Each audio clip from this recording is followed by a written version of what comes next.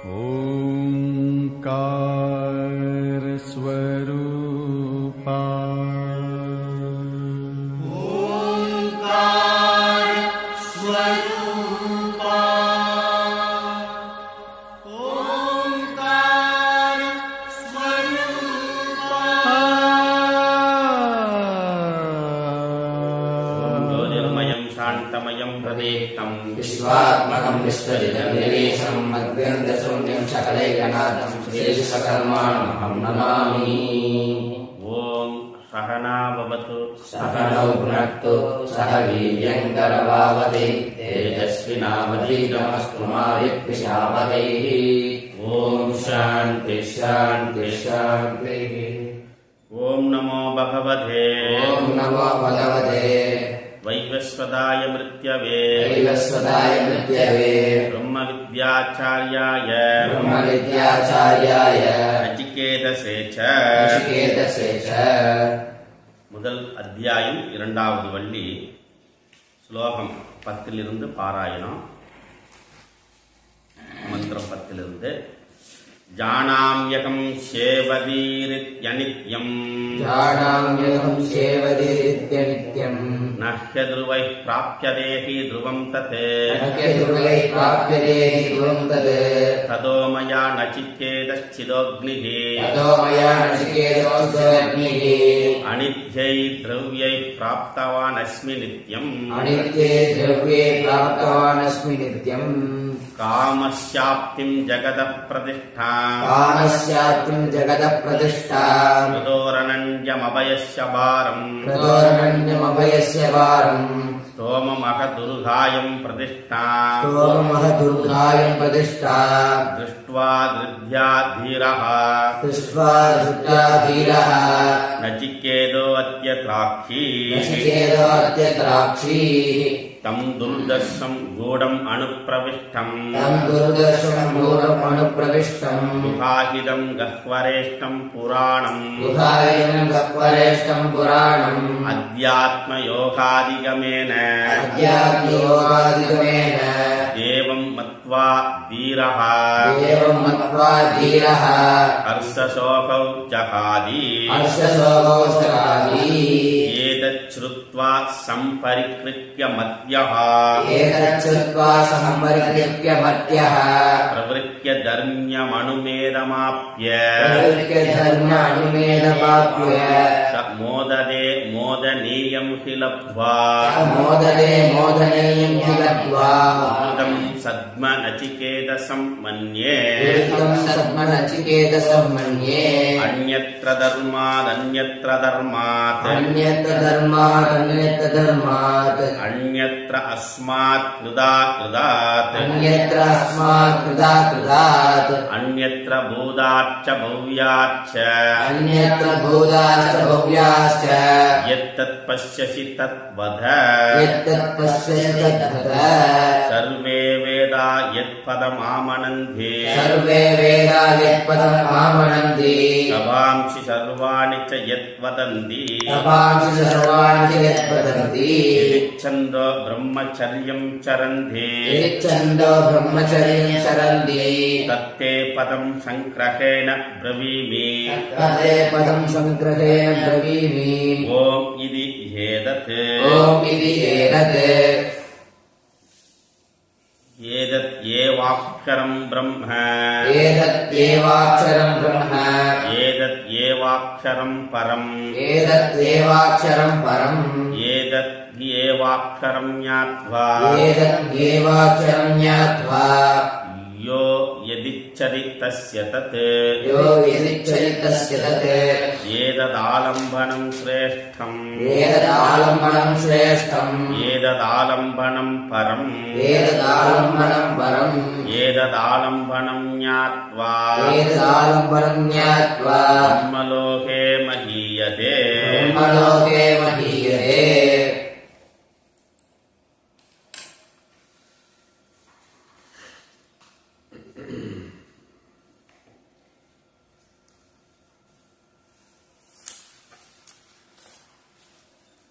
உன்னால் கேட்கப்பட்ட இந்த வஸ்துவானது அது எப்படிப்பட்டது? ஓம் இது ஏதது. நீ எதை கேட்டாயோ அந்த வஸ்து எது? ஓம் என்று சொல்லப்பட்டது. அந்த ஓம் அப்படிங்கிற வஸ்து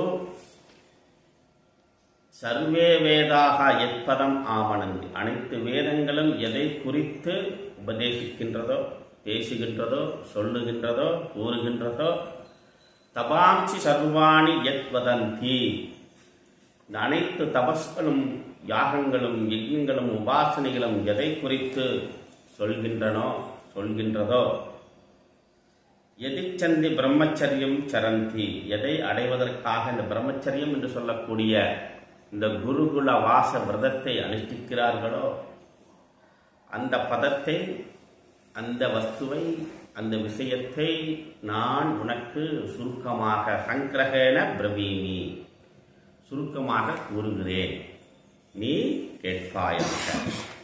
அது என்ன அப்படின்னா அது ஓம் என்று சொல்லப்படுகிறது. அப்போ ஓம் என்கின்ற அந்த பிரணவ மந்திரத்தின் துணை கொண்டு அந்த வஸ்துவை நாம் அறிய முயல வேண்டும். அப்ப காயத்ரி மந்திர ஜபத்தை விட இந்த பிரணவ மந்திர ஜபமானது மிகவும் உத்கிருஷ்டமாக சொல்லப்படுகிறது. அப்போ ஓம்காரத்தின் துணை கொண்டு, இந்த ஓம்காரத்தின் மூலமாக, ஓம்காரத்தின் வாயிலாக நாம் அந்த பரபிரம்மத்தை அறிய வேண்டும். ஓம்காரத்தினுடைய துணையோடு நாம் என்ன பண்ணோம்? அந்த பரபிரம்மத்தின் தத்துவத்தை நாம் அறிந்து கொள்ள வேண்டும். அப்ப இந்த ஓம்காரம்னா என்ன? அப்ப ஓம்காரத்தின் துணை கொண்டு, இந்த சாதனத்தின் துணை கொண்டு அந்த சாத்தியத்தை நாம் அடைய வேண்டும். அப்ப இங்க சாதனம் சொல்லப்பட்டார். என்ன பண்றார் யம தர்மராஜன்? அந்த வஸ்துவை நீ எப்படி அறிய வேண்டும்? ஏன்னா இது ரொம்ப சிரமமானது, அறிய முடியாதது, மிகவும் சூக்ஷ்மமானது. அப்படி இருக்கக்கூடிய அந்த வஸ்துவை நீ எப்படி அறியணும் அப்படின்னா அதற்கு ஒரு உபாயம், அதற்கு ஒரு சாதனத்தை இங்க யம தர்மராஜன் எடுத்து கூறிவிட்டார். அது ஓம்காரம். அப்ப இந்த ஓம்கார உபாசனையின் மூலமாக அந்த பரபிரம்ம தத்துவத்தை, அந்த வஸ்துவை நாம் அறிய வேண்டும். அப்ப அந்த அக்ஷரம், அந்த ஓம்காரம் என்று சொல்லக்கூடிய அக்ஷரம், அதனுடைய பொருள் என்ன, அதனுடைய லட்சியம் என்ன, அதனுடைய வாச்சியார்த்தமாக இருக்கக்கூடிய பொருள் என்ன? ஓம்ங்கிறது வாச்சியம், சப்த வாச்சியம். அப்ப சப்த வாச்சியத்துக்கு அர்த்தமாக இருப்பது எது அப்படின்னு நாம புரிந்து. இப்ப நேற்றுக்கு பார்ப்போம். இப்ப ரம்பம் வருது அப்படின்னா இது சப்த வாச்சியம். இந்த சப்த வாச்சியத்துக்கு அர்த்தமாக வழங்குவது எது? அந்த ஆசிரியர் அப்படின்னு நம்ம நேற்றுக்கு பார்ப்போம். அது மாதிரி ஓம்காரம் என்பது சப்தவாக்கியமாக சொல்லப்படும் பொழுது அந்த சப்தவாக்கியத்துக்கு எது அர்த்தமாக, பொருளாக எது விளங்குகிறதோ, இப்ப இங்க ரம்பம்னு சொல்லும் பொழுது நமக்கு புரியுது, அது ஆசிரியர் தான் குறிப்பிடுகிறார் அப்படின்னு புரியுது. ஆனா இங்க ஓம்காரம் அப்படின்னு சொல்லும் பொழுது அந்த வஸ்துவை, அந்த பரபிரம்மத்தை அது தெரியலையே. இங்க தெரியுது, அங்க தெரியலையே. அப்ப அந்த வஸ்துவை அதான் முன்னாடி சொல்லிட்டார், இது ரொம்ப சூக்ஷ்மமானது, இது புலப்படாதது, அறிய முடியாதது, ரகசியமானது எல்லாம் சொல்லிட்டார். அவர் எப்படி தெரிஞ்சுக்கணும்? இந்த ஓம்காரம். அப்ப இந்த ஓம்காரம்னா என்ன? அதை பிரேஸ் பண்றாரு. ஏதத்து ஹி ஏவா அக்ஷரம் பிரம்ம, இந்த அக்ஷரம் இருக்க ஓம்காரமே பிரம்மம். அப்போ ஓம்காரம் பிரம்மத்துடைய நாமபதமாக இந்த ஓம்காரத்தை சகுன உபாசனா மார்க்கத்தின் மூலமாக அந்த வஸ்துவை அடைதல். இப்போ இது என்ன சொல்றாரு? பிரம்ம தத்துவமாக அதுவே விளங்குகிறது. ஓம்காரமே பிரம்மம். ஏதற்கு ஏவாட்சரம் பரம், இதுவே அந்த பரமாத்மா, பரபிரம்மம். அப்ப இங்க பரம்னு சொல்லும் பொழுது இது என்ன சொல்றது? இங்க நிர்குண பிரம்மத்தை குறிப்பிடுவது. அப்ப அங்க பிரம்ம பதம், இங்க பரமபதம். பிரம்ம பதம்னா சகுண உபாசனா, பரமபதம்னா நிர்குண உபாசனா. அப்ப இந்த இரண்டு அக்ஷரங்களும் சகுணமாகவும் நிர்குணமாகவும் இந்த ஓம்காரமே விளங்குகிறது. அதன் துணை கொண்டு அதை குறியீடாக கொண்டு அந்த சகுணத்தையும் நிர்குணத்தையும் அறிய முற்பட வேண்டும். ஏதற்கு ஏவா அக்ஷரம் ஞாத்வா, இந்த அக்ஷரத்தை ஞாத்வா அறிந்து, தியானித்து, அதை புரிந்து கொண்டு, விசாரம் செய்து அதை அறிந்து கொண்டு. அப்ப ஏதற்கு ஏவ அக்ஷரம் ஞாத்வா, இந்த அக்ஷரத்தை அறிந்து கொள்வதுன்னா என்ன? பிரம்மம்னா என்ன, பரம்னா என்ன அப்படின்னு அறிந்து கொள்வது. அப்ப அங்க என்ன சொல்ற, ஓம் ஏவா ஏதத் ஏவாட்சரம் பிரம்ம ஏதத் ஏவாட்சரம் பரம். அப்ப அக்ஷரம் ஞாத்வா, இந்த அக்ஷரத்தை அறிந்து அப்படின்னா பொருள் என்ன, எப்படி புரிந்து கொள்வது? அப்ப பிரம்ம தத்துவம்னா என்ன, பரபிரம்ம தத்துவம்னா என்ன, இதை நீ தியானித்து விசாரித்து அதை அறிந்து, அப்ப சிரவண மனன நிதித்தியாசனம் இதை செய்து நீ என்ன பண்ணும், இதை அறிந்து கொள்ள வேண்டும். ஞாத்வா, அப்படி அறிந்து யார் இப்படி யக எவன் ஒருவன் இப்படி அறிகிறானோ, எதி இச்சதி எதை விரும்புகின்றானோ அதுவாகவே அவன் ஆகின்றான். தஸ்ய தத்து, அந்த வஸ்துவாகவே அவன் ஆகிவிடுகிறான். நேற்றுக்கு பார்த்தோம், சகுண உபாசனை பண்ணுனா அந்த சகுண உபாசனா மையமாகவே ஆகிவிடுகிறார். நிர்குண உபாசனை பண்ணும் பொழுது நிர்குண உபாசனா அந்த உபாசனையாகவே அந்த வஸ்துவாகவே ஆகிவிடுகிறார். அப்படியாக எதை விரும்புகிறாயோ அந்த அதுவாகவே அவன் ஆகிறான். அப்ப இந்த உலகத்தில் நாம் எதை விரும்புகின்றோமோ அதுவாகவே நாம் ஆகிவிடுகிறோம். எதை விரும்புகிறாரோ நீ அதுவாகவே ஆகிறாய். இங்கிருந்து எடுக்கிறார், இங்கிருந்து தான் விவேகானந்தர் எடுக்கிறார். நீ எதை விரும்புகிறாயோ நீ அதுவாகவே ஆகிறாய். இந்த மந்திரத்தின் பொருள் தான் விவேகானந்தருடைய கோட் பண்றார். இதுல தான் 2-3 ஸ்லோகங்கள் எடுத்து இதுதான் கடோபனிஷத்துல இருந்து தான் 2-3 மந்திரங்களை எடுத்து கோட் பண்றார் விவேகானந்தர். அப்படி இங்க எதை விரும்புகிறாயோ நீ அதுவாகவே ஆகிறாய். நீ படிப்பை விரும்பினால் படிப்பாகவே ஆகுவாய், தனத்தை விரும்பினால் தனமாகவே ஆகுவாய். அது மாதிரி அப்ப ஆகுவாய்னா தனத்தை உடையவனாக ஆவாய், படிப்பை உடையவனாக ஆவாய். பிரம்மத்தை விரும்பினால் பிரம்மத்தை உடையவனாக ஆவாய். அப்படியாக அவன் ஆகிவிடுகிறான். ஏதத் ஆலம்பனம் சிரேஷ்டம். இந்த ஆலம்பனம் இருக்கே இதுவே சிரேஷ்டம். சிரேஷ்டம்னா என்ன, மிகவும் மேலானது, உயர்வானது, உயர்ந்தது. இந்த ஆலம்பனம் இங்க என்ன சொல்றது, ஏதத்து ஓம்காரம் சிரேஷ்டம். ஏதத் இந்த ஓம்காரம் சிரேஷ்டம். ஏதத் ஓம்காரம் பரம். ஏதத் ஓம்காரம் ஞாத்வா பிரம்மலோகே மகீயதே. அப்ப இங்க ஏதத் ஆலம்பனம் சிரேஷ்டம். இந்த ஆலம்பனமே மிகவும் உயர்ந்தது. இந்த ஆலம்பனம் பரம். பரம்னா இங்க சகுண, பரம் அபரம். பரம்னா அபரம், ரெண்டையும் புரிந்து கொண்டது இந்த இடத்துல. அப்ப அபர பரம். அப்ப அபரம் என்பது என்ன, மந்திரத்தில் மந்திரமாக இருப்பது அபரம், மந்திரத்தின் பொருளாக இருப்பது பரம். அப்ப ஓம்காரம் என்பது அபரம், ஓம்காரத்தின் பொருளாக இருப்பது பரம் அப்படின்னு தெரிந்து கொள்ள வேண்டும். ஓம்காரம் அப்படிங்கிற அந்த மந்திரம் பிரணவம் அபரம். அப்ப அந்த மந்திரத்தின் பொருளாக எது இருக்கிறதோ அது பரம். அப்ப சர்வே வேதாக எத்பதம் ஆமனந்தி. அப்ப அனைத்து வேதங்களும் அபரமாக இருக்கிறது. அப்ப அனைத்து வேதங்களும் எந்த பதத்தை அது உத்தேசித்து கூறுகிறதோ அந்த பதத்தின் பொருளாக எது விளங்குகிறதோ அது பரம். அதுனா அபரவஸ்து பரவஸ்து, அது அபரவித்யா பரவித்யா. அப்படியாக இங்க அப்ப இங்கே அபரம் என்பது சகுணம், பரம் என்பது நிர்குணம். அப்போ நிர்குணத்தின் சகுணத்தின் வாயிலாக நிர்குணத்தை அறிவது.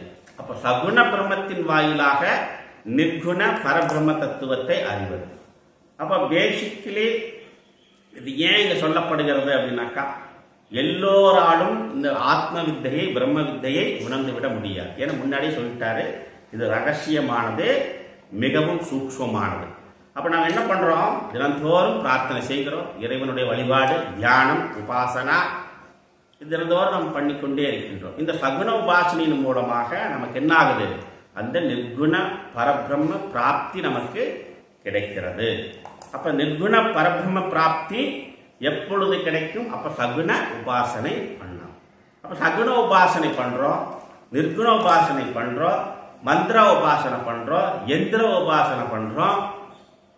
இது மாதிரி எவ்வளவோ விரதங்களை அனுஷ்டானம் நாம செய்யறோம். அப்ப இப்படி எத்தனையோ அனுஷ்டானங்கள் நாம் செய்தாலும் கூட அதன் மூலமாக நாம் எதை அடைகிறோம், அந்த நிர்குண பரபிரம்ம தத்துவத்தை. அப்ப எல்லோராலும் அடைய முடியுமா, முடியாது. அப்போ அதம புத்தி மந்த புத்தி, புரியுதா? அப்போ உத்தம அதம மத்தியம அதிகாரி என்று சொல்லப்படுகிறது. இப்ப இப்ப சாதன சதுஷ்டய சம்பன்ன அதிகாரித்துவம் உடையவன் தான் இந்த வேதாந்த விசாரத்திற்கு அர்ஹதை உடையவன். அப்ப இது எல்லாருக்கும் இது கிடைக்கிறமா? சாதன சதுஷ்டய சம்பந்தம் இந்த சம்பத்து எல்லாத்துக்கும் கிடைக்காது. ஒருத்தனுக்கு விவேகம் இருக்கும், ஆனா வைராக்கியம் இருக்காது. எது நித்தியா நித்தியம், எது இந்த உலகத்தில் எது நிலையானது நிலை எல்லாம் தெரியும், ஆனா வைராக்கியம் இருக்காது. சமதம குணங்கள் இருக்காது. சமதம உபரம திச்சா ஸ்ரத்தா சமாதானம் இந்த குணங்கள் இருக்காது. அப்புறம் முமுட்சுத்துவம் அது இருந்து முமுட்சுத்துவம் இருக்காது. எல்லா குணங்களும் இருக்கு, அவருக்கு முமுட்சுத்துவம் இருக்காது. ஒருத்தருக்கு படிச்சா புரியாது, அவர் படிக்கவே தெரியாது, ஆனா கேட்டா புரிஞ்சுப்பார். அப்ப இந்த மாதிரி இந்த தாரதமியங்கள் எதில் இருக்கிறதே? அதிகாரி பேதம் இருக்கு. அதிகாரி பேதம். இந்த அதிகாரி பேதம் எப்படி வருது? அந்தந்த அவனுடைய அறிவின் எந்த அளவுக்கு அவனுடைய அறிவு வேலை செய்யுமோ அந்த அளவுக்கு தான் அந்த அறிவு அவனால் அந்த துணை கொண்டுதான் இதை அவன் ஆராய்ச்சி செய்து உணர முடியும். அப்போ என்ன ஆகுது? அதம மத்தியம உத்தம அதிகாரி பேதத்வா. அப்போ இந்த மாதிரி அதிகாரி பேதம் இருக்கிறதுனால உத்தம மத்தியம அதம அதிகாரி பேதம். அப்ப இந்த 3 விதமான பேதங்கள் இருப்பதனால் அவர்களுக்காக என்ன சொல்லப்படுகிறது? இந்த உபாசனா மார்க்கங்கள். அப்ப மந்திர யந்திர தந்திர உபாசனா மார்க்கங்களின் துணை கொண்டு, அபர வித்யா பரவித்யாவின் துணை கொண்டு, அபரம் அப்ப தகுண உபாசனை நிர்குண உபாசனையின் துணை கொண்டு அந்த பரபிரம்ம தத்துவத்தை ஆத்ம தத்துவத்தை அறிய முயல வேண்டும். அப்ப எல்லோருக்கும் இப்ப நான் இப்ப ஒருத்தர் சொல்றார், கோயிலுக்கெல்லாம் போக வேண்டியது இல்லையப்பா, கோயில போய் இந்த நட்டங்களும் பேசுமோ நாதன் உண்டு இருக்கையில் அப்படின்னு ஒருத்தர் சொல்றார். அவர் வளர்ந்து அவர் தன்னுடைய ஸ்திதியில் இருந்து பேசும் பொழுது, இப்ப நான் 10வது படிச்சுட்டேன், எனக்கு தெரியும் x = x + y = x cube நான் சொல்றேன். எனக்கு புரியுது. 1ஆம் படிக்கிற பையனுக்கு புரியுமா அது? அப்ப அவருக்கு 1 + 1 = 2 இல்லையா? அவருக்கு அது புரியும். இப்ப இது யாருக்கு புரியும்? x + y = x cube பண்ணினா யாருக்கு புரியும்? யார் அந்த அல்ஜீப்ரா படிச்சிருக்காளோ அதான். இல்ல சார், அதெல்லாம் 1 + 1 எல்லாம் தேவையில்லை, அதெல்லாம் ஒன்னா சொல்லி கொடுத்துருப்பாங்களா என்ன? அதெல்லாம் தேவையில்லை அப்படின்னா, அப்போ 1ஆம் வகுப்பு படிக்கக்கூடிய அந்த மாணவனுக்கு அவனுடைய மனோநிலை எந்த அளவுக்கு இருக்கிறோ, அவன் எந்த அளவுக்கு கெப்பாசிட்டி இருக்குமோ அவனுக்கு சொல்லிக் கொடுக்கணும். அப்பதான் அது புரியும். இதை போய் அவன் சொல்லிக் கொடுத்தா புரியுமா? புரியாது. அப்ப இந்த கேட்டகரிக்கெல்லாம் நாம பார்க்கும் பொழுது இந்த வேதாந்த தத்துவமும் அப்படிதான் எல்லாருக்கும் புரிஞ்சுடாது. அப்போ அந்தந்த ஸ்திதியில் அந்தந்த நிலையில் அவர்களுக்கு உபதேசிக்க வேண்டும் அப்படின்னு வேதம் என்ன பண்றது? அப்ப அவருக்கு கர்மயோகம், கர்மத்தை சொல்றது, ஞானத்தை சொல்றது, உபாசனையை சொல்றது, இதன் வழியூடாக நீங்கள் அந்த தத்துவத்தை உணர்ந்து கொள். ஒருத்தருக்கு கணபதி பிடிக்கும், ஒருத்தருக்கு முருகன் தான் பிடிக்கும், ஒருத்தருக்கு சிவன் தான் பிடிக்கும், ஒருத்தருக்கு விஷ்ணு பிடிக்கும். அப்ப இது என்ன ஆகுது? பகவான் கீதையில சொன்ன மாதிரி தான். அப்ப அவரவர்கள் அந்த மார்க்கத்தை அவரவர்கள் அனுஷ்டித்து அவர்கள் அந்த பாதையில் செல்கிறார்கள். நான் புத்தி வேதம் ஜனையே அந்த அவனை போய் நாம் என்ன பண்ணோம்? இல்ல வேதம் வேண்டியதில்லை, மந்திரமெல்லாம் சொல்லி எல்லாம் நீங்க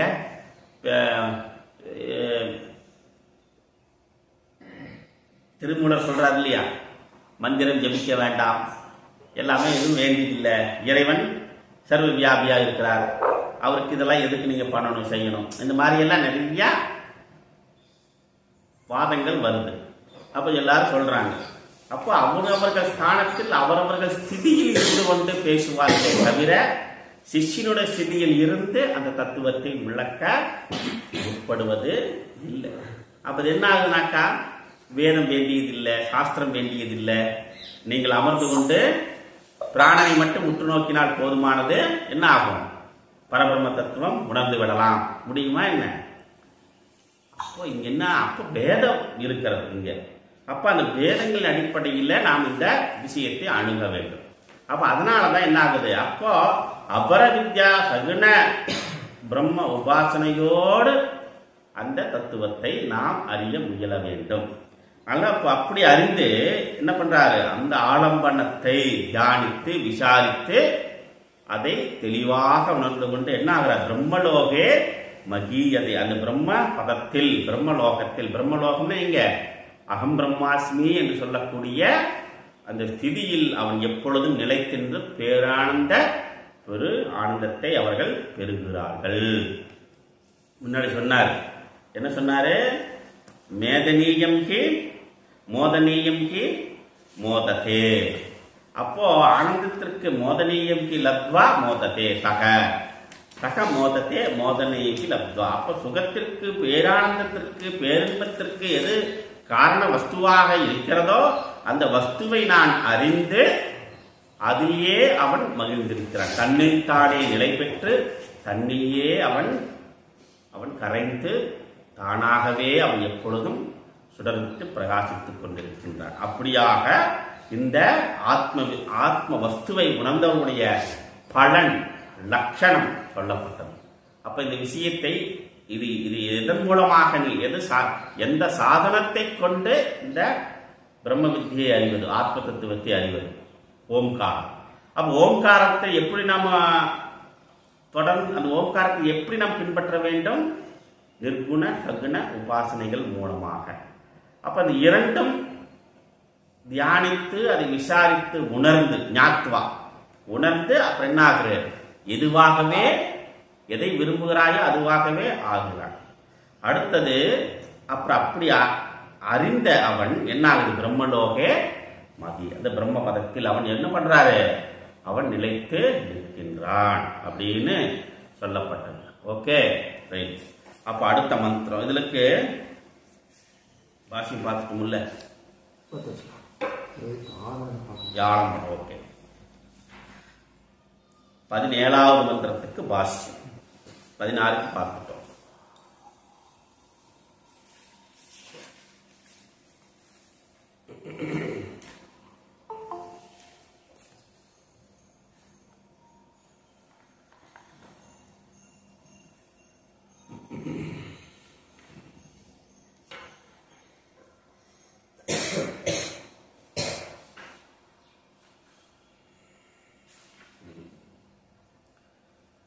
यदा एवं अतः एतत् ब्रह्म प्राप्ति आलम्बनानां श्रेष्ठं प्रशस्यतमम् एतत् आलम्बनं परम् अपरं च परा अपर ब्रह्म विषयत्वात् एतत् आलम्बनं ज्ञात्वा ब्रह्मलोके महीयते परस्मिन् ब्रह्मणि अपरस्मिन् च ब्रह्मभूतः ब्रह्मवत् उपास्यः भवति इत्यर्थः. ஆல்ரெடி மந்திர பாகத்திலேயே நமக்கு தெளிவாக பொருள் புரிந்துவிட்டதுனால ஆதிசங்கர் பாஷ்யத்தை குறைச்சிருந்தார். இல்லை ஆல்ரெடி அங்கேயே எல்லாமே தெளிவா சொல்லி இருக்கு, அதுல புரிஞ்சுக்கலாம். அதாவது உத்தம மத்தம மத்தியம அதம அதிகாரிகளுக்கே இது புரியும் அந்த மந்திர பாகம். அதனால நான் சொல்ல வேண்டியது அதிகமா அப்படின்ட்டு சிம்பிளிஃபை பண்ணிட்டாரு. ஏவம் அதக அதக அப்படின்னாக்க என்ன? ஓம் அத ஓம் அத ஓம் அத அப்படின்னு சொல்றோம். அதக அப்படின்னா பரபிரம்மத்தை குறிப்பது. அது பிரம்ம சூத்திரம் படிக்கும் பொழுது இந்த அதுக்குன்னு ஒரு சில நெறிமுறைகள் உண்டு. அதாவது பிரம்மசூத்திர பாஷ்ய பாராயணத்தோடு நாம் பாஷ்யத்தோடு அந்த பிரம்மசூத்திரத்தை படிக்கும் பொழுது அதுக்குன்னு சில கிரமங்கள் உண்டு. இந்த படிக்கக்கூடிய கிரமம்னு படிப்பதற்கு முன்னாடி நம்ம செய்ய வேண்டிய கிரமம்னு ஒன்று இருக்கு. அதில் அத அப்போ அதாதோ பிரம்ம ஜிக்ஞாசா அத அதக அத பிரம்ம ஜிக்ஞாசா. அதக அப்படிங்கிறது மங்களம் பிரம்மம்னு பேர் இருக்குது. அதனால என்ன சொல்றேன்னா அதக அத ஏவவா. அப்போ இந்த ஓங்காரம் அப்படிங்கிற பதமும் அதக அப்படிங்கிற பதமும் இரண்டு ஒன்று, பரபிரம்மத்தை குறிப்பது. அது பின்னாடி ஒன்று நடக்கு, அது பின்னாடி நம்ம அதனுடைய விவரங்கள் சொல்லப்படுகிறது. அது பிரம்மசூத்திரமோட படிக்கையில தெரிஞ்சுக்கலாம். அதாதோ பிரம்ம ஜிக்ஞாசா. என்னப்பா நீ எடுத்ததையும் எந்த ஒரு மங்கள சொல்லும் சொல்லாமல் நீங்க வாட்டி என்ன பிரம்ம ஜிக்ஞாசனை ஆரம்பிச்சிட்டீங்களே அப்படின்னு அதுக்கு பூர்வபக்ஷி ஒரு கேள்வி கேட்பார். இல்லப்பா, அத என்பதே மங்களம், அத என்பதே பிரம்மம், அதனால அதுலயே உனக்கு மங்களாசரணம் பண்ணிட்டேன் அதுல அப்படின்ட்டு அதுலயே உனக்கு இறை வணக்கம் சொல்லப்பட்டது. ஏன்னா ஒரு நூல் ஆரம்பிக்கும் போது இறை வணக்கம் இல்லாமல் ஆரம்பிக்க முடியாது. அப்போ முதல்ல அதுக்குன்னு சில நிறமங்கள் இருக்கு. இறை வணக்கம் ஆரம்பிக்கணும். அப்புறம் அனுபந்த சதுஷ்டியம், ஒரு நூல் எதற்காக ஆரம்பிக்கிறது, ஏன் ஆரம்பிக்கிறது, இதனால் என்ன பலன், என்ன விஷயத்தை சொல்ற, இது யாருக்காக அப்படின்னு சொல்லிட்டு தான் ஒரு நூலை நாம ஆரம்பிக்கணும். அது மாதிரி அப்ப பிரம்மசூத்திரத்தை அவர் பாதராயணர் எழுதும் பொழுது என்ன பண்றாரு, அப்ப உடனே இந்த விஷயத்தை சொல்றாரு. அதாதோ பிரம்ம ஜிக்ஞாச முதல் சூத்திரம். அப்ப இன்னும் இவர் வாட்டுக்கு உடனே எந்த ஒரு இறை வணக்கம் இல்லாமல் இவர் வாட்டுக்கு சொல்லிட்டாரே.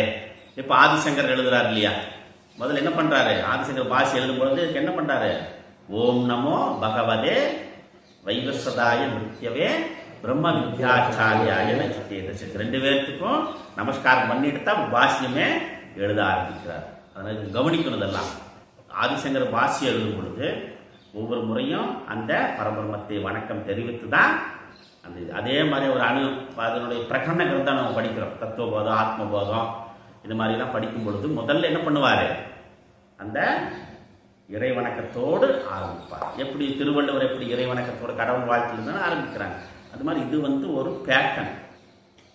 பழைய எந்த ஒரு சங்க இலக்கிய நூல்கள்லாம் எடுத்து பார்த்தீர்களேயானால், எந்த நூல்கள் எடுத்து பார்த்தீர்களேயானால் முதல்ல என்னன்னாக்கா, முதல்ல ஒரு இறை வணக்கம் எழுதி அப்புறம் ஆரம்பிக்க வேண்டும் அப்படிங்கிறது விதி. அது இல்லை அப்படின்னாக்கா சங்கத்தினால் ஏற்றுக்கொள்ளப்பட மாட்டார், அது அங்கீகரிக்கப்பட மாட்டார். அதனால இங்க என்னன்னா, அப்போ அதாகா பிரம்ம ஜிக்ஞாசா. அப்போ அதகா அப்படிங்கிற சொல்லுலேயே எல்லா கடவுள் வாழ்த்தும் சொல்லப்பட்டது, இறை வணக்கம் செலுத்தப்பட்டது அப்படின்னு அங்க விவரத்தை சொல்றார். அது மாதிரி இங்க அதக ஏதத்து பிரம்ம பிராப்தி ஆலம்பனானா சிரேஷ்டம் பிரசஸ்யதமம். அப்ப இப்படி இங்க இந்த ஓம்கார ஆலம்பனம், பிரம்மத்தை அடைவதற்கு ஆலம்பனங்கள் என்ன ஆகுது, மிகவும் சிரேஷ்டமானதுன்றார். இதுல எப்படி, அதாவது எவ்வளவோ உபாசனைகள் இருக்கிறது. அசௌவாதித்யோ பிரம்ம பிரம்மைவாகமஸ்மி பிரம்மயேவ சத்யம் அசௌ ஆதித்யோ பிரம்ம பிரம்மயேவ சத்யம் பிரம்மைவாகமஸ்மி. அப்ப இது உபாசனை பண்ற காலையில் இருந்துச்சு. அந்த சூரியனே பிரம்மமாக இருக்கிறார், அந்த பிரம்மம் மே சத்தியம், அந்த பிரம்மமே நானாக இருக்கிறேன். இது ஒரு உபாசனை. ஓம் காயத்ரி, டெய்லி காயத்ரி ஜபம் பண்ற.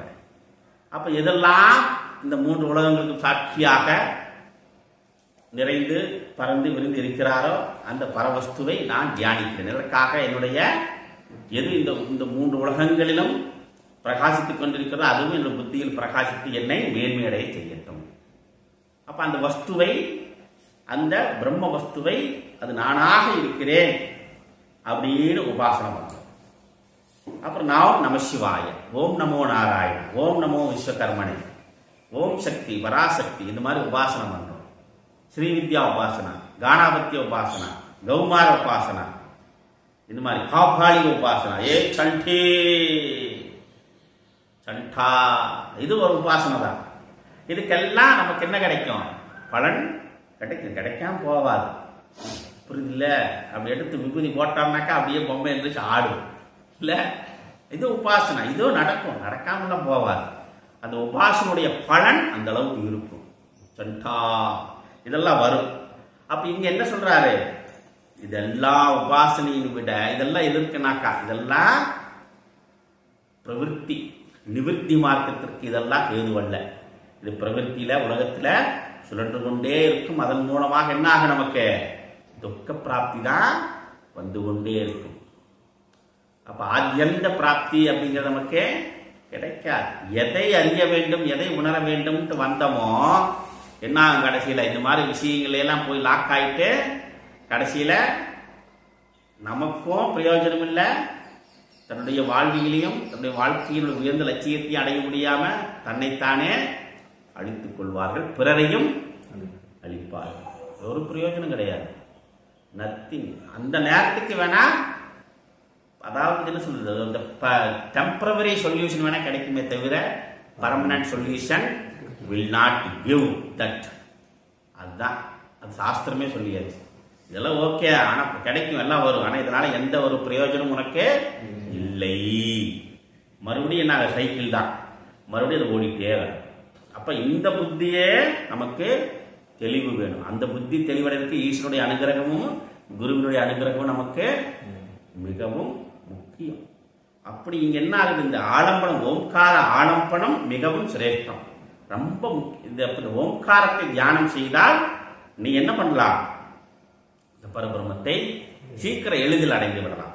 நீ பிளைட்ல போயிட்டுன்னு வச்சுக்கோ, சீக்கிரம் சென்னை பிடிச்சிடலாம்ப்பா. புரியுதில்ல? நீ சைக்கிள்ல போன எத்தனை நாள் ஆகுது, கார்ல போன, ட்ரெயின்ல போன, ஆனா பிளைட்ல ஒரு மணி நேரத்துக்கு போயிடலாம். அதுதான் ஓம்காரம். புரியல? அப்ப நீ உடனே அடையணும்னாக்கா அதனால என்ன பண்ணோம்,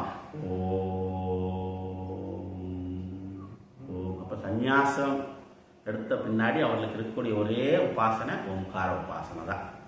சர்வ சந்நியாசம் எடுத்தவர்களுக்கு வேதம் என்ன சொல்லுதுன்னாக்கா, அப்ப சந்நியாசத்துக்கு முன்னாடி இருக்கக்கூடிய இன்னைக்கு பார்த்தோம், நைஷ்டிக பிரம்மச்சாரி, உப்ப குருவானக பிரம்மச்சாரி. அப்ப இந்த பிரம்மச்சாரி விரதத்துல எத்தனையோ உபாசனை பண்ணினாலும் சன்னியாசம் எடுத்ததுக்கு அப்புறம் அவளுக்கு இருக்கக்கூடிய ஒரே உபாசனை ஓம்கார உபாசனை. ஏன்னா அந்த ஓம்கார உபாசனை தான் என்னாகுது, இந்த ஆலம்பனம் தான் மிகவும் சிரேஷ்டமானது. ஏன்னா பரபிரம்ம அபரபிரம்ம விஷயமாக இருப்பதனால் இந்த ஆலம்பனம் என்ன ஆகுது, இது பரம் என்றும் சொல்லப்படுகிறது, அபரம் என்றும் சொல்லப்படுகிறது. பர அபர பிரம்ம விஷயத்துவா, இதுவே அந்த பர பிரம்மத்திற்கும் அபர பிரம்மத்திற்கும், அபர பரம்னு எப்படி புரிஞ்சுக்கிறது, பிரம்மாஜி பரபிரம்மம். புரியுதா? ரெண்டு. அது இப்ப பிரம்மாஜி அப்படின்னா என்ன பண்றது, இந்த யூனிவர்ஸ்ல பார்க்கணும். பரபிரம்மனா இந்த யூனிவர்சலுக்கு எது காரணகர்த்தாவாக இருக்கிறாரோ அதை புரிஞ்சுக்கணும். புரியுது? பிரம்மா அபர பரம். அப்ப இங்க வரும்பொழுது எப்படி புரிஞ்சுக்கணும், பராபரம்னா வேத மந்திர பாகமா இருப்பது, மந்திரங்கள் எல்லாம் அபரம், அந்த மந்திரத்துக்கு பொருளாக இருப்பது பரம். இதெல்லாம் நிறைய கன்ஃபியூஷன் ஆயிடும். அப்ப இதுல நம்ம தெளிவடைந்தாதான், ஏன்னா வேதமே சொல்றது பரவித்யா அபரவித்யா, ரிக்யஜுர்வேத சாமதர்ம வேதா சிக்ஷா வியாக்கரண கல்பச்சந்த ஜோதிஷமிதி அபரவித்யா, பரவித்யா இது அக்ஷரம் அதிகம்யதே, அதை சொல்றோம். அப்ப இந்த ரெண்டு விஷயங்களை நாம் என்ன பண்ணோம், அனலைஸ் பண்ணி அது எப்படி, அது என்ன அப்படின்னு தெளிவா நாம புரிந்து கொள்ள வேண்டும். அப்படியாக இங்க பரம் அபரம் என்று சொல்லப்பட்டது. அப்புறம் என்ன ஆகுது, இந்த ஏதத் ஆலம்பனம் ஞாத்தா பிரம்மலோகே மகீயதே. அப்ப பிரம்மலோகம்னா நீங்க என்ன சொல்றது, தனியா ஒரு பிரம்மலோகம் இருக்குதா, பூலோகம், உபர்லோகம், சுவர்லோகம், தனலோகம், மகர்லோகம், அப்புறம் சத்தியலோகம் இல்லையா, பூகு புவக சுவக மக ஜனக தபக சத்யா. அப்புறம் இங்க பிரம்மலோகத்தை காணுமே அங்க. பிரம்மலோகம் ஒன்று இதெல்லாம் கடந்து பிரம்மலோகம். பிரம்மலோகம் எங்க இருக்கிறது, இங்கேயே இருக்கிறது. பிரம்மலோகம் எங்க இருக்கிறது, இங்கேயே இருக்கிறது. சிற்றம்பலம் சொல்றோம்.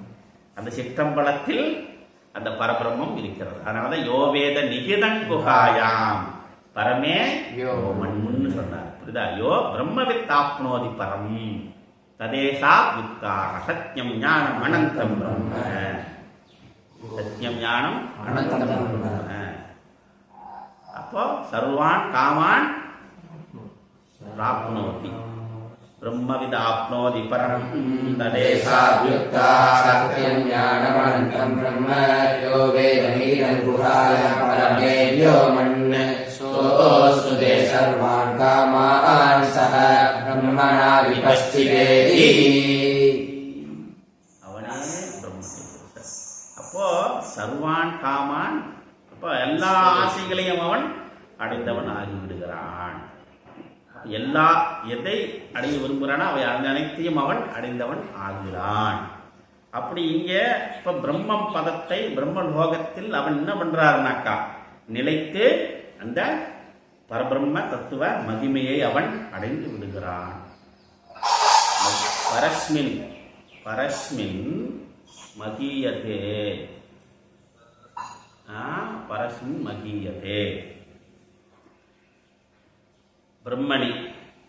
அப்போ அவன் என்ன பண்றார், அப்பரபிரம்மத்தை என்ன பண்றான், பிரம்மம் போலவே அவன் உபாசி. அப்ப என்ன பண்றது, அப்போ அபரவித்தியை அறிய வேண்டாம், அந்த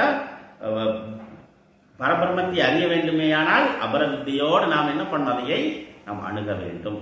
அப்போ பரம் அபரத்தோடு, அப்போ சகுண உபாசனையோடு நிர்குணத்தை நாம் அடைய வேண்டும். அப்போ சவிகல்ப சமாதி நிர்விகல்ப சமாதி. உடனே நிர்விகல்ப சமாதி வந்துடும், உடனே நிர்குண பரபிரமத்தை உடைய முடியாது. அப்போ 1 by 1 நாம போகணும். ஃபர்ஸ்ட் ஸ்டாண்டர்ட் போனாதான் 10வது போக முடியும். இல்லைங்க நான் டைரக்டா 10வது வந்துட்டேன், நான் டைரக்டா PhD முடிச்சுட்டேன் அப்படின்னாக்கா ஒருத்தர் சொல்றாரு நான் MBBS எல்லாம் முடிச்சிட்டேன் அப்படிங்கிறாரு. ஆஹா, ஸ்கூல் எந்த ஸ்கூல்ல படிச்சீங்க? பிரைமரி, அப்புறம் மிடில், ஹையர் செகண்டரி? ஆஹா, அதெல்லாம் நான் படிக்கல, நான் டைரக்டா MBBS ஆயிட்டேன். அப்படி போவியா? கன்சல்ட் பண்ணுவியா? டைரக்ட் நான் MBBSங்க அப்படின்னாக்கா கன்சல்ட் பண்ணுவோமா என்ன? அதுதான். அப்ப என்ன இங்க வந்து டைரக்ட் இல்ல. அப்போ ஃபர்ஸ்ட் நீ பிரைமரி படிக்காம ஹையர் செகண்டரி முடிக்காம நீ டாக்டர் ஆக முடியாது. இப்போ ஒருத்தர் வந்து சொல்றாரு, இல்ல நான் வந்து MBBS ஸ்வயம்பு, நான் ஸ்வயம்பு, எனக்கு குருநாதர் ஒருத்தரும் கிடையாது, எனக்கு எந்த சாஸ்திரம் துணை கிடையாது, நான் ஸ்வயம்பு, நான் அப்படியே அல்டிமேட் பிரம்மா, அப்படியே உட்கார்ந்து ஆயிட்டேன். என்ன பண்ணுவேன்? கன்சல்ட் பண்ணுவியா என்ன? அவ்வளவுதான். புரியுதா? பின்னைக்கால் அதான். அப்ப என்ன சொல்றாரு ஆதிசங்கரரு? அசம்பிரதாய வித்து மூர்க்கவத்து உபேக்ஷன்யாக, பின்னைக்கால் படக்கடிக்கு ஓடி வந்துரு. அப்போ உங்க லைஃப் காலி, அவ்வளவு, அதே கதி, அவ்வளவுதான், முடிஞ்சு போச்சு. இந்த மாதிரி நிறைய இருக்கா, நிறைய பேர் இருக்கிறாங்க. ஏன்னா இது எப்படி நாம் புரிந்து கொள்வது அப்படின்னாக்கா, ஒரு விஷயத்தில் மிகவும் உயர்ந்தவர்கள் இருக்கிறார்கள். ஒரு விஷயத்துல உயர்ந்த, ஃபார் எக்ஸாம்பிள் இப்ப நல்லா ஒரு குருகுல வாசமா இருந்து குரு சிஷ்ய பாவத்தோடு இருந்து குருகுல வாசத்துல இருந்து நைஷ்டிக பிரம்மச்சரிய விரதத்தை அனுஷ்டானம் செய்து, அந்த பிரம்மச்சரிய விரதத்தை அனுஷ்டானம் செய்து ஒருவன் படித்து நன்றாக வந்து அந்த குருவினிடம் ஆசீர்வாதம் பெற்று அந்த தீட்சை வாங்கி அவன் பின்னாடி அவர் நல்ல ஒரு குருவாக இருந்து உலகத்திற்கு வழிகாட்டுகிறார்னு வச்சுக்கோ. அவருக்கு நிறைய ஃபாலோவர்ஸ் எல்லாம் இருக்கிறாங்க. அப்ப இவர் ஒருத்தர் பாக்குறாரு, எங்க அப்பா, ஓ இவர் இந்த சன்னியாசம் கூட போட்டதுனாலதான் இவங்களுக்கு இவ்வளவு மரியாதை, இவருக்கே இந்த சன்னியாசம் இந்த காவி ட்ரெஸ் போட்டதுனால இவங்களுக்கு இவ்வளவு மரியாதை, நாமளும் ஒரு காவி ட்ரெஸ் வாங்கி மாட்டிட்டு அவங்களோட சேர்ந்து நாமளும் உள்ள ஊடுருவீர்களாம். மக்களுக்கு தெரியுமா? தெரியாது. இவர் வந்து முறைப்படி குருகுல வாசம் இருந்து படிச்சாரா, சாஸ்திரம் தெரியுமா, ஏதாச்சும் தெரியுமா அப்படின்னா அவரு மக்களுக்கு தெரியாது. அப்போ துறவிகளோட துறவிகளாக இவரும் இணைந்து, சாமிகளோட சாமியில இவரும் இணைந்து, அப்ப என்ன பண்றாரு? அவனுக்கு கிடைக்கக்கூடிய மரியாதையை தானும் வாங்கிக் கொள்கிறார், பெற்றுக் கொள்கிறார். அதன் மூலமாக அவருக்குள்ள என்ன ஆகுது? ஈகோ வந்துருது. உடனே உள்ள ஈகோ, இப்ப நம்மளையும் மதிக்கிறாங்க, நம்மளையும் வணங்குறாங்க, அப்ப நானும் வந்து அப்படின்னு ஆயிடுறாரு. விஷயத்தை பேச வச்சாதான் விஷயம் என்னன்னு தெரியும். பேச மாட்டார், மௌனசாமின்றார். புரியுதுல? நானே மௌனத்தில் இருக்கிறேன், நான் பேச மாட்டேன். ஆமா, மௌன விரதத்தில் இருக்கிறேன். அது அதெல்லாம் யார் செய்யறது? அதெல்லாம் வேலை வெட்டி இல்லாத செய்வாங்க. நான் அப்படியே ஸ்திதியில் இருக்கிறேன், இதை பேசினா விஷயம் தெரிஞ்சு போயிடும். அப்ப இந்த மாதிரி அப்ப நல்லோருக்கு பெய்யும் விலை எல்லோருக்கும் பெய்யும். எப்போ மற்ற துறவிகளுக்கு கிடைக்கக்கூடிய அந்த சன்னியாசிகளுக்கும் மகான்களுக்கும் ஞானிகளுக்கும் கிடைக்கக்கூடிய மரியாதையை நாம் என்ன பண்றோம்? அந்த மரியாதையை நாம விடுகின்றோம். இப்படி நிறைய இருக்காங்க இந்த மாதிரி எல்லாம், மக்களுக்கும் தெரியாது. ஓ அப்படின்னு. அப்ப இவர் தனித்து நின்று தனித்துவமாக வந்தாதான் விஷயம் என்னன்னு புரியும். இல்லைன்னா இந்த உலோகத்துல என்ன ஆகும்? இப்படி நிறைய பேர் இப்படியே இருக்காங்க. அப்ப அதெல்லாம் என்ன ஆகும்னாக்கா, அதற்குண்டான பலன்களை அது அனுபவித்தான் ஆகும். அதனாலதான் கடைசியில் என்ன ஆகுது? முறையான குருகுல வாசம் இல்லை, முறையான குரு சம்ஸ்காரம் இல்லை, முறையான குருகுல கல்வி கிடையாது, சாஸ்திர விசாரம் கிடையாது. ஸ்வயம்பு, நானே MBBS டாக்டர், நான் நேரே படிச்சிட்டேன், கிளினிக் போட்டார் டாக்டர், நான் ஸ்வயம்பாகவே நான் MBBS ஆகிட்டேன், ஆப்ரேஷன் பண்ற வாங்கன்னா போக ஆராய்ச்சி. ஆனா இங்க தெரியலையே, நமக்கு காவி கட்டிட்டாரு, நமக்கு புரியலையே. அந்த மாதிரி எத்தனையோ பேரு வாழ்க்கையை இந்த மாதிரி தான். அப்ப சனாதன தர்மத்துக்கு என்ன ஆகுது? கடைசியில கெட்ட பேர். அவர் அப்ப என்ன ஆகுது? அவர் ஒரு நாள் வரக்கூடிய இழுக்கு டோட்டல் எல்லா உண்மையாக வாழக்கூடிய சாதுக்களுக்கு எல்லாமே கெட்ட பேர் கிடைச்சது. அப்ப அவன் என்ன நினைக்கிறா? ஓ அப்ப யாரோ ஒரு செய்யக்கூடிய ஒரு தவறு என்ன ஆகுது? ஒட்டுமொத்த எப்படி ஒரு போலீஸ்காரர் லஞ்சம் வாங்கினா என்ன ஆகுது, ஒட்டுமொத்த காவல்துறையவே நாம் எப்படி நம்ம பார்க்கிறோமோ அதே பார்வைதான் இங்கேயும். அப்படியாக என்ன ஆகுதுனாக்கா இங்க. அதனால இந்த விஷயத்தை நம்ம என்ன சுயம்பு, அப்போ யாரும் அந்த மாதிரி ஒரு குருகுல வாசம் இல்லாமல் இந்த விஷயத்தை பண்ண அதுக்கு தான் ரொம்ப ஜாக்கிரதையா இருக்கணும்.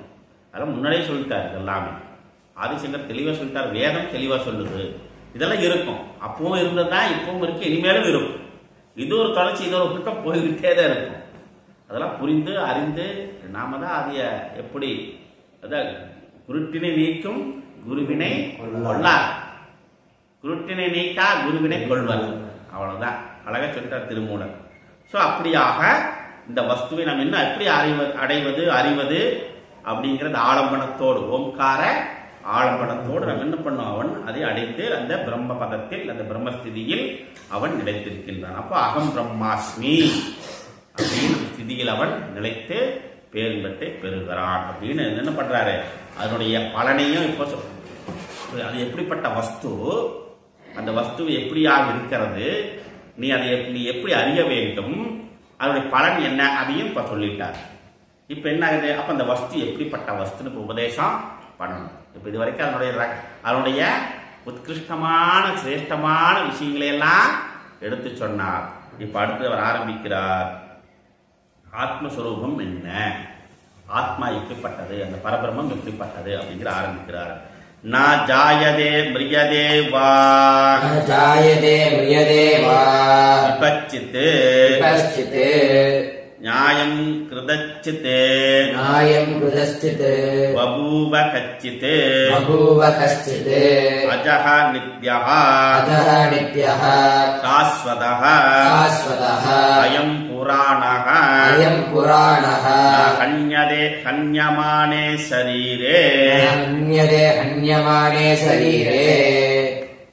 இதே மந்திரம் தான் பகவத்கீதையில 2வது சாப்டர்ல பகவான் கிருஷ்ணர் அர்ஜுனனுக்கு எடுத்து சொல்றார். அப்போ உபனிஷத் வாக்கியத்தை என்ன பண்றாரு, எடுத்து சொல்றார். 2வது அத்தியாயத்துல 20வது மந்திரமாக அவர் சொல்றாரு, நாஜாயதே மிரியதே வா கதாசித் நாயம் பூத்வா பவிதா வான பூயஹ அஜோ நித்ய சாஸ்வதோயம் புராணஹ நஹன்யதே ஹன்யமானே சரீரே அப்படின்னு ஆரம்பித்து அங்கேயே இந்த ஆத்மஸ்வரூபத்தை விளக்குகிறார்.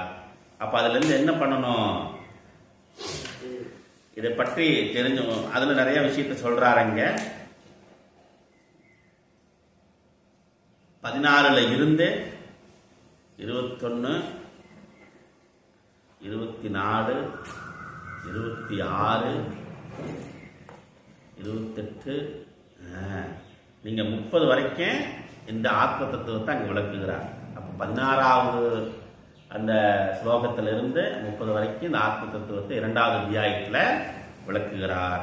அதுல என்ன சொல்ற, நாசதோ வித்யதே பாவக நாபாவோ வித்யதே சதக உபயோர் விதுஷ்டோந்தஹ பிரணயோஸ்தத்வதர்சிபிஹி அவிநாசிதி தத் வித்தி ஏன சர்வமிதம் ததம் விநாசமுவ்யயஸ்யாஸ்ய ந கச்சித் கத்துமர்கதி அந்தவந்த இமே தேகாஹ நித்யஸ்யோக்தா சரீரிணஹ அநாசினோ பிரமேயஸ்ய தஸ்மாத்யஸ்வ பாரத யயேனம் வேத்தி கந்தாரம் யச்சைனம் மன்யதே கதம் உபௌதோ ந விஜானீதஹ நாயம் ஹந்தின ஹன்யதே வேதா விநாசினம் நித்யம் யயேனமஜமவ்யயம் கதம் ச புருஷப் பார்த்த கம் ஹாதயதி ஹந்திகம்.